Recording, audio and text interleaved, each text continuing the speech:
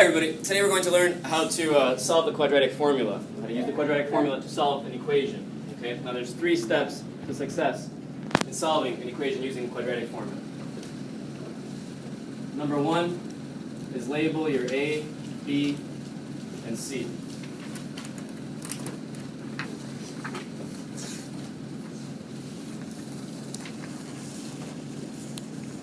Number 2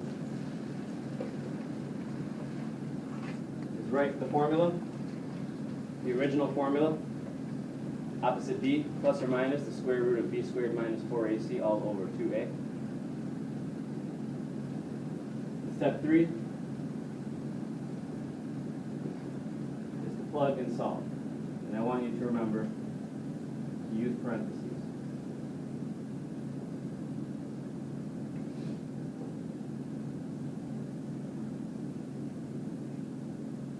Okay, so let's get started. The first thing we're going to do is label our A, B, and C. When you look at your equation here, this first term with x squared will be your A, and the number there is 1. The second term with the x by itself is your B, and that number is 3. And the last term is negative 5. Okay.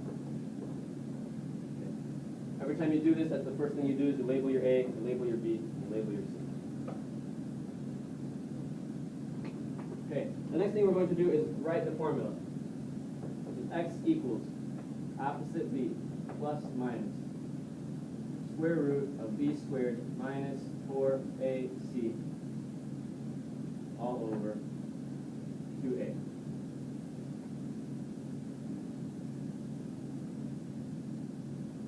Okay, and then step 2 is write the formula. Make sure you do this every time. You label your A, B, and C. Step 2, you write your formula.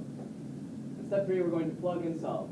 And what we're going to do is take the A's, plug them in for the A's, take the B, plug them in for the B's, and take the C's and plug them in for the C's. Okay? And remember to use parentheses.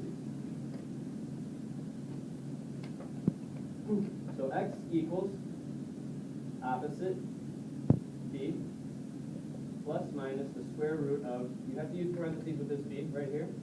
So parentheses 3, close parentheses, squared, minus 4. You also want to use parentheses here when you're times them. Times A, which is 1, times C, which is negative 5, all over 2 times parentheses A. The reason you use parentheses is because sometimes they happen to be negative numbers and you don't want to confuse the negative with the minus sign, and you want to know that you're times them. Also use parentheses right here because if this happens to be a negative number, remember you're taking a negative times a negative because you're squaring it and your answer is positive. You don't want to get confused and not use the negative, you'll get a different answer right here.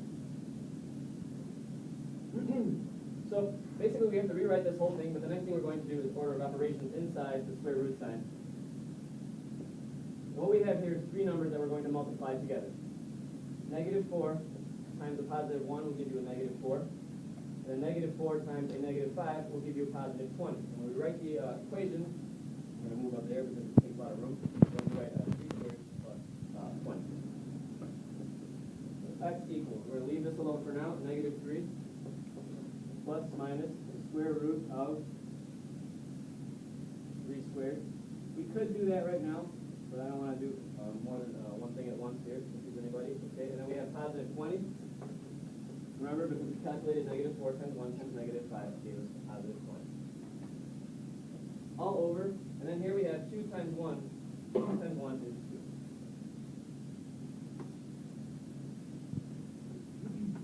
2. Now, the next step, we have x equals, and let's take care of this 3 squared. We have negative 3 plus minus the square root of 3 squared is 9. We have 9 plus 20. All over 2.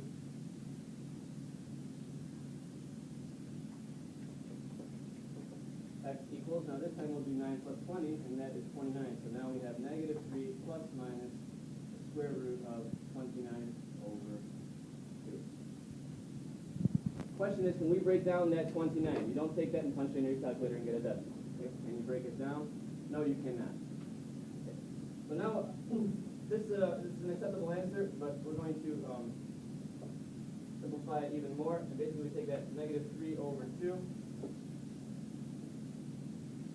plus minus root 29 over 2. Now you have two answers. One is negative 3 halves plus root 29 over 2, and your other answer is negative 3 over 2 minus root 29 over 2. And that's how you use the quadratic equation, the quadratic formula to solve the